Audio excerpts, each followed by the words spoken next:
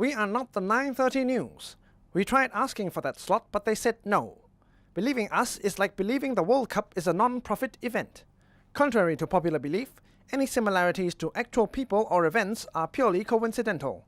And now, the news. The headlines. Taxi drivers see red about having to learn French. Disney takes action against developers of Mickey Mouse units. And the government cracks down on parents who give their kids stupid names.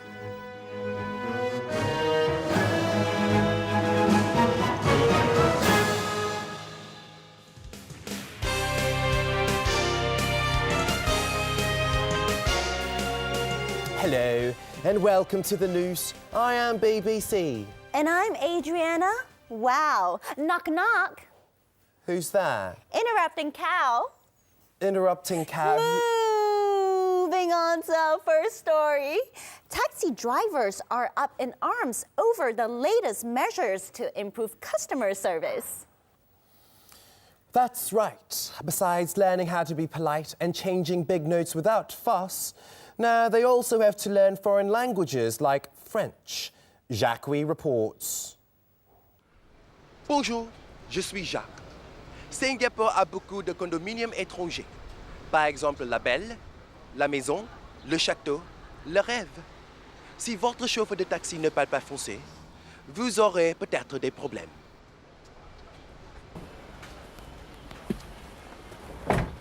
Château Le Farm? Semi farmer. Is this not a farm? Is this a condominium? You talk Amor, Château Le Farm. Are you talking Amor? Au revoir. The Land Transport Authority is not amused by taxi drivers who claim that they have never been to France, never had any French fries, or dated any French girls, and therefore cannot be expected to understand these condominium names. That time, I asked the taxi driver take me to the new condominium at the Thomson called the Art. The Art. I tell him the Art, then he take me to the Art Gallery. Xiao Wan. What art? Don't anyhow say art, huh? The name of the condo, every taxi driver also know. It's called Arte Condominium. If she tell me she want to go Arte Condo, I confirm know how to go what. Anyhow say, huh? So starting next week, all taxi drivers will have to undergo and pass a compulsory language class before they can have their taxi license renewed. Why must learn this lah, then learn that lah? I think the government should go after all those condo developer, those bugger, and then put a stop to all this stupid name. You know a stupid? Stupid is stupid and piak put together. I teach you new word today. You learn. Okay, why must call this condo? You tell me. Why cannot call like Ang Mo Kio condo? So easy. Balestier Road condo. Wow, even easier. Boon Lay condo, so beautiful. Must some learn this, learn that. Why must choose so many patterns? I don't understand. However, not all taxi drivers are against the idea, especially when there could be a $10 surcharge to any condo destination with a foreign-sounding name. Let's take a look at a typical language class for taxi drivers in session.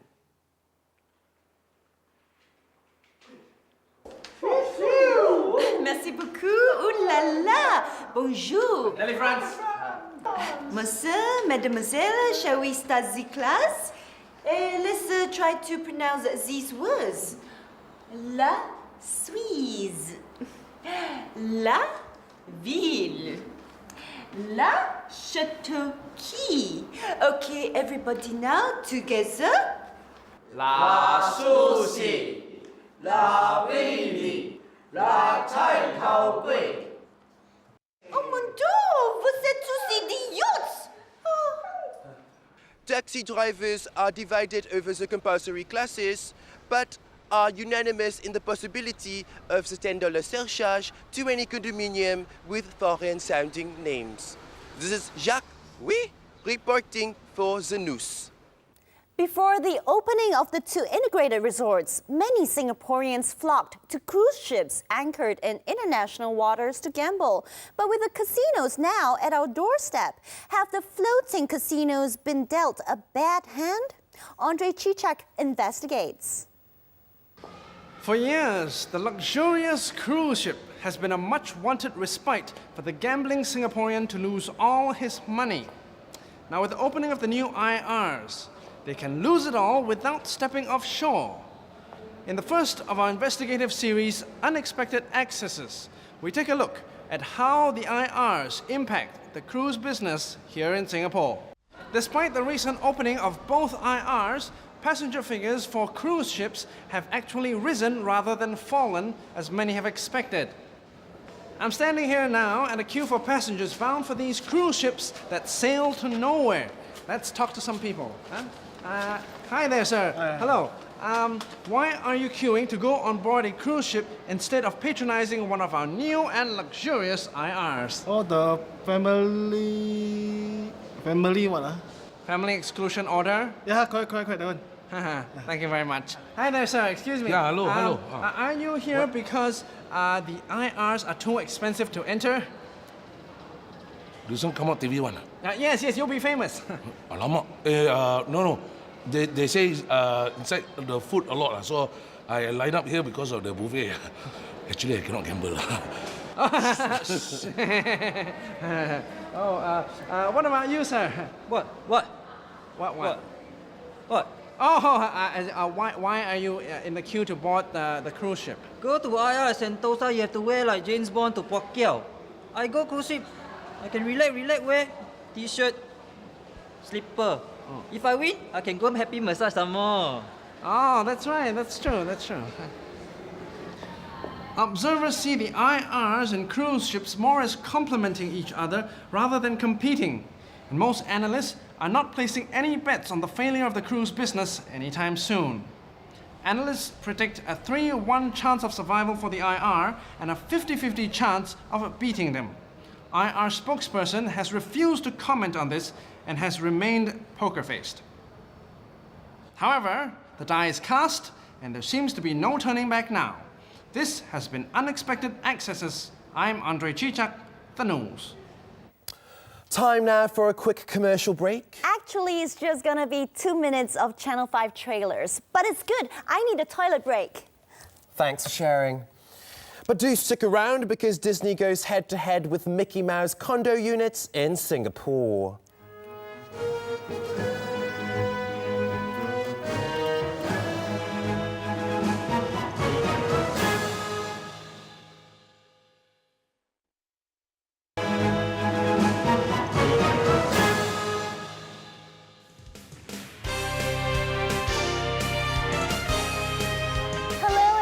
Back to the news. The only show that Channel News Asia looks up to, but will not admit. First it was cakes, and then it was fake clothing and apparels. Now American entertainment giant Disney is taking action against local property developers who have been marketing small condominium apartments as Mickey Mouse units. Nita Goodwood has more on the story. Last year, sales of small-sized housing units of 300 square meters set a local record high. When Disney heard that local property developers here in Singapore were marketing these units as Mickey Mouse units, they were cheesed off. My office in Dreamland, back in the United States of America, has advised me to serve a writ that henceforth herewith therefore any developer that henceforth herewith therefore uses the term Mickey Mouse will henceforth herewith therefore be liable for whatever, however, whenever, and forever. You know what I'm saying? Not really. But what is your opinion on Disney's reaction to the matter? I must say this knee is quite lovely. I don't know about my knee, but this knee is very lovely. Mr. Su, what I meant was, what is your take on Disney's reaction to this matter? Oh, I see. Many people will say that this is merely Disney's knee-jerk reaction, but these knees won't be shaking when we see you in court. But some of the lawyers that we spoke to think that these knees have no legs to stand on. You want to go get me some watermelon fried chicken?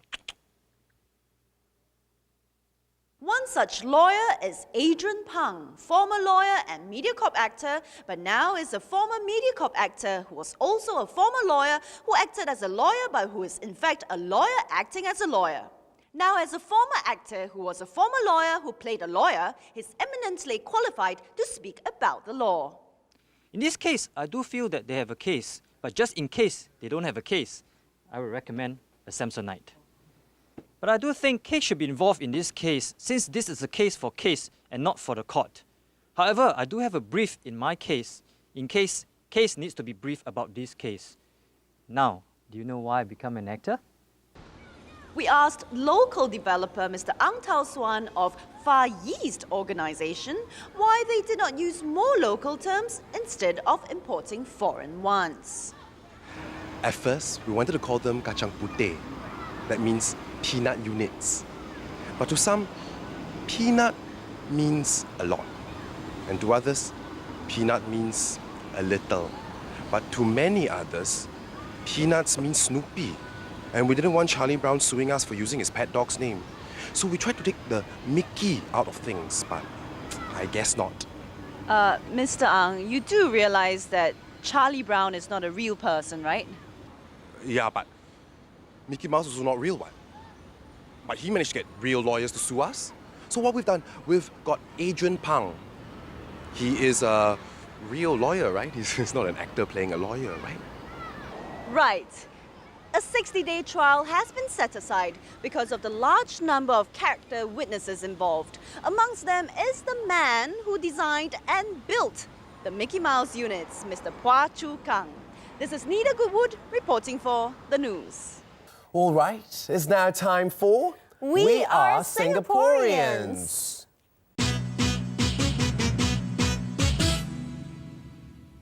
1950 something, is it? I don't remember 1950s. 56, 55 like that. I don't remember.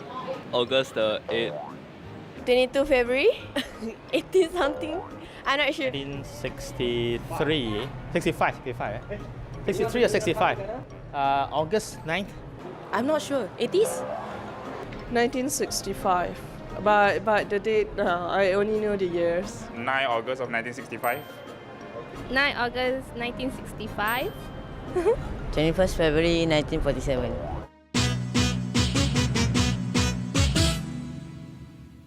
How many bridges connect Singapore to Malaysia? 3. That's a funny question I want. 1. 2. 2. There is one at Woodlands, there is one at... I think there's 2. 1, 2... Wait. Now got a new one. Got 3. Oh, that was so funny. Time now for another short break. But be sure to stay with us on the news as we reveal why naming your newborn CNN may not be a good idea.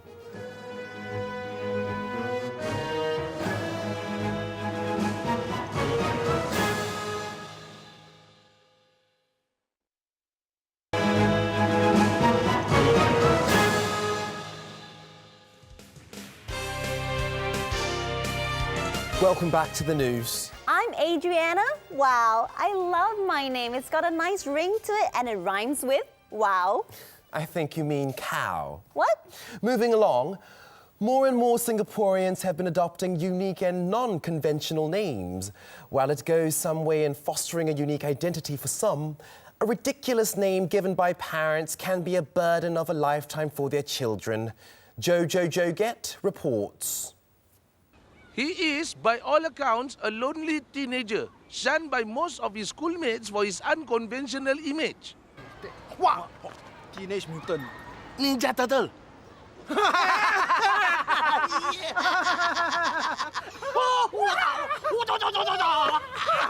He has an unhealthy obsession with all things ninja.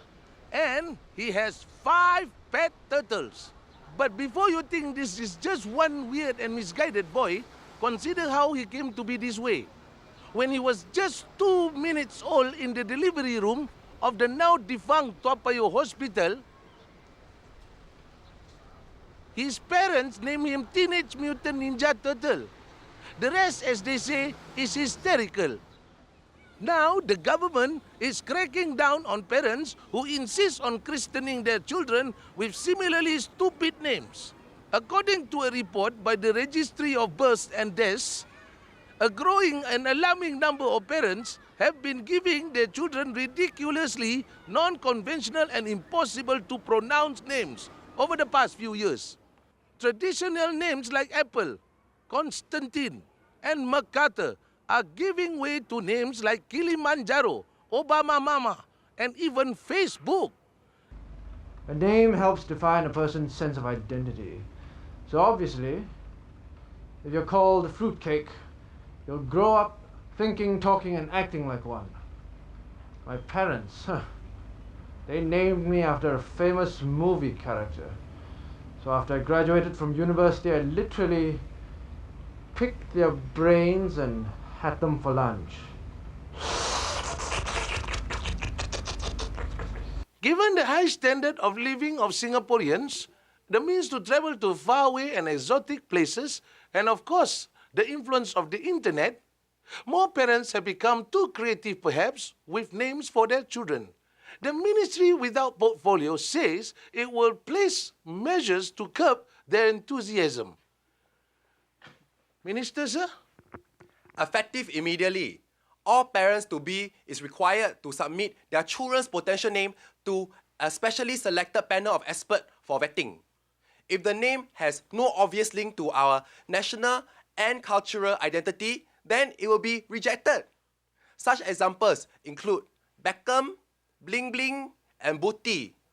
However, names like Malayan, Makan, Monopoly, and Mentor will be strongly encouraged. This is Jojo Joget reporting for the news. Sir, is Joget okay, sir, for Singaporean? Can. Jackass, guys, jackass. Here at Raffles Place, 12 months ago, all you would have felt was a sense of despondence. But today is a complete volte-face. Now there is more than hope. There is positive expectation. One only needs to ask someone here. Sir, I'm from the Noose. I would just like to ask you what your views why you're are. here? Sir, I'm a reporter. Why you bring the camera here? Huh? What's all these things? Yes, sir. I am a reporter, and I'd like to ask... all of you, always bring your camera here. Always come and disturb all of us. We all very busy, you know. You come here, ask us all these questions. Why you don't go to Tanjong Pagar? Tanjong Pagar? Yeah, you're asking questions about the economy, right? Yes, sir. Hey, I tell you something. Stock market in Tanjong Pagar. MAS in Tanjong Pagar. CPF in Tanjong Pagar. GIC also in Tanjong Pagar. You come here for what? That's true. Go Tanjong Pagar, do your interview. Don't come here disturb us in Raffles Place. We are very busy one. No time to deal with all of you. This is Jackass We here at Tanjong Pagar. 12 months ago, all you would have felt was a sense of despondence. But today is a complete volte-face. There is not only hope, there is positive expectation. One only needs to ask someone here. Excuse me, ma'am. I'm a reporter from the Noose. Hey, how come you never go to the Raffles Place? Business district there, ma? Thank you. Before we round up this edition of The Noose, here's a quick weather update with John Lemon. Imagine there's no sunshine. It's easy if you try. No heat to kill us. Above us, only sky. Imagine all the people living in coolness. Ooh, imagine there's no humidity. It isn't hard to do. Nothing to sweat or sweat at. And no mosquitoes too. Imagine all the people living life in peace. Ooh, you may say that I'm a dreamer, but I'm not the only one. I hope someday you'll pity us, and the country will be cool. Sex bomb, you're my sex bomb. You can give it to me when I need to, come on. Thanks, Johnny. That was wonderful. That's all we have for you today. Thanks for joining us here on The News, and remember to tune in again next week. Please, pretty please. And do check our website for more news and useless information. Good night. Good night and bye-bye. Ta-ta.